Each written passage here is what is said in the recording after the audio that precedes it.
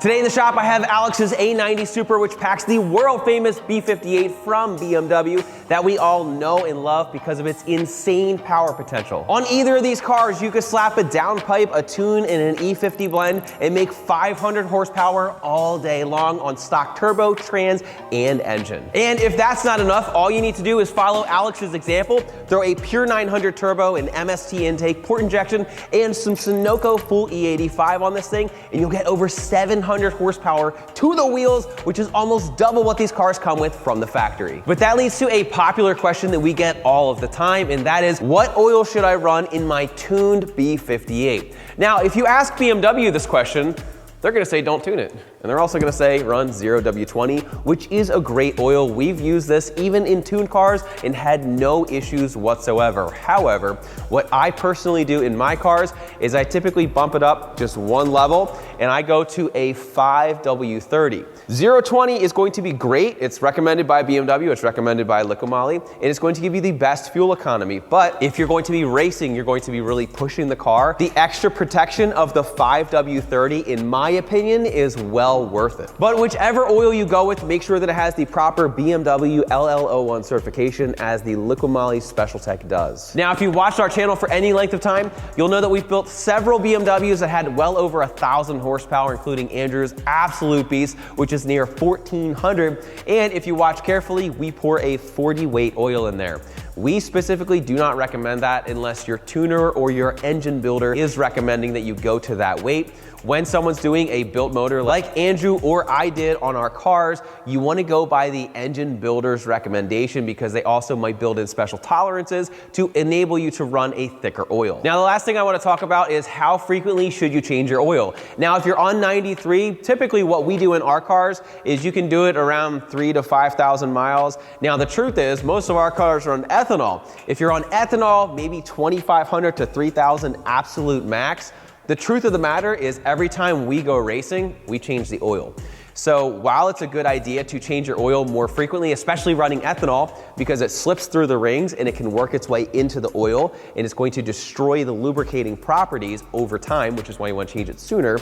Typically what happens is if we go to the track and then in 2 weeks we go to the track again, we're doing an oil change, A lot of times we're changing spark plugs too on these super high horsepower cars. So it's very possible that in 2,000 miles, I've done 6 oil changes on my car, which I know is not always super practical for everybody, but we do recommend if you are going to be racing or driving the car extremely hard, the more frequent you're doing the oil changes, the better protection you're going to have. But for normal daily driving, if you want to go 3,000 to 5,000 miles, I know BMW recommends 10,000 miles.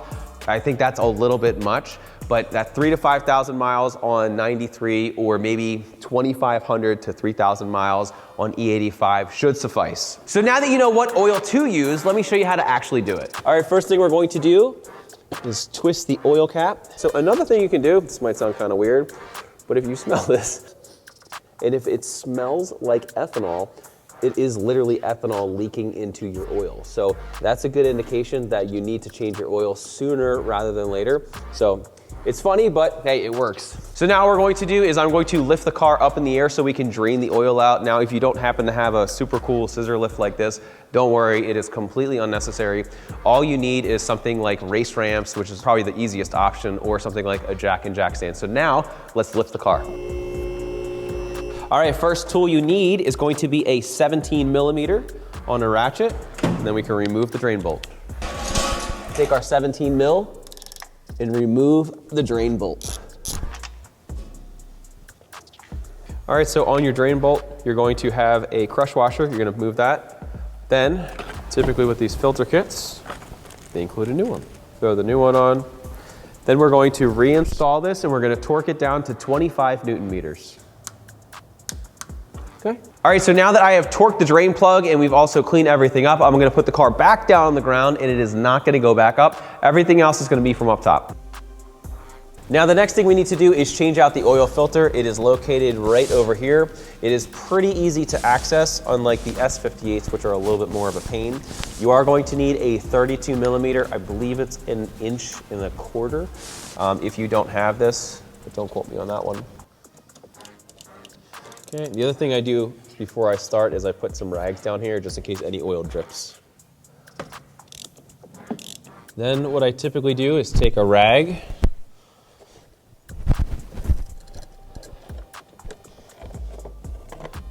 and I just get that on a rag as soon as I can. So let's take this over to the table and continue.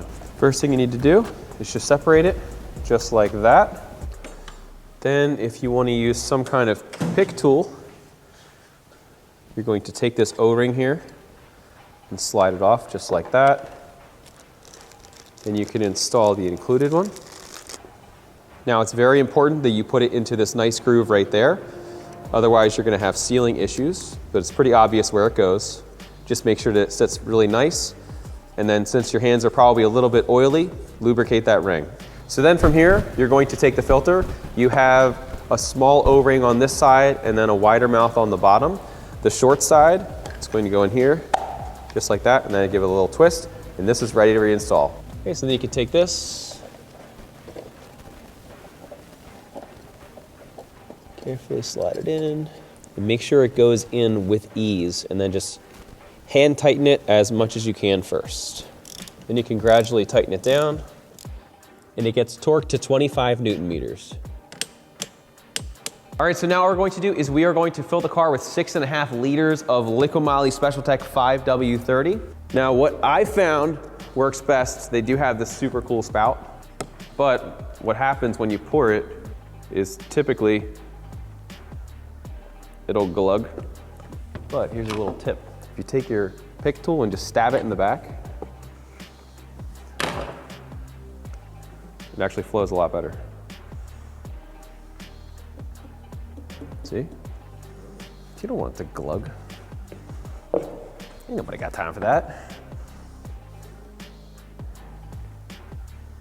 Now, because this car is pushing over 750 horsepower and it will be actively raced, we're going to give it an additional layer of protection with Liqui-Moly's MOS2. This is an anti-friction agent that is perfect. We actually use it every time we hit the racetrack. I throw a can of this in my oil in my G80 M3 and some of the other cars we run here. So again, this is not necessary, but if you want that extra protection, especially if you're racing, this is a total winner.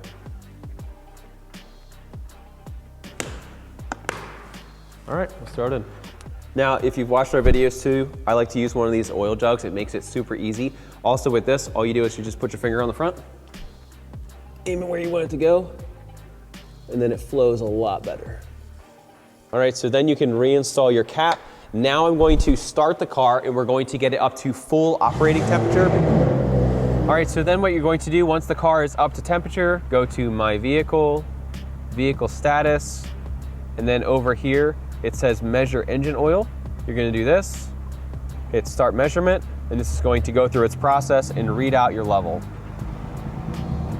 All right, so as you can see, we have the perfect oil amount. We are right up to that max level. So now everything is done. Now the last part of the process is we do need to let the car know that we did an oil change. So let me show you how to do that. Start by triple clicking the start stop button with your foot off the brake, just like that, and it's going to put the car into diagnostic mode.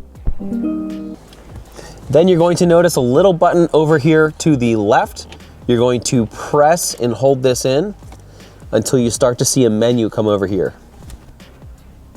There you go. So once you see the menu up here, you're going to let go, and if you just lightly tap it, you see your brake fluid, you see engine oil, you see vehicle check, and all these different things. So what you want to do, we're going to go to engine oil, and then we're going to press and hold the button. Then it's going to say reset, you let go, then you can press and hold again, and then you can let go, and it is resetting itself as we speak. So now you can see it bumped up to 9,000 miles, and then it says reset successful. Anyway, I hope today's video was helpful. If you're looking to see what kind of oil you should be running in your tuned car, and also some tips on how we change these over here. If you're looking to go fast or do something simple like change your oil, be sure to check us out at keys.com. We have everything you need to maintain and modify your BMW, Toyota Supra, and also Porsche. My name is Brian, thanks for watching, and I'll see you in the next video.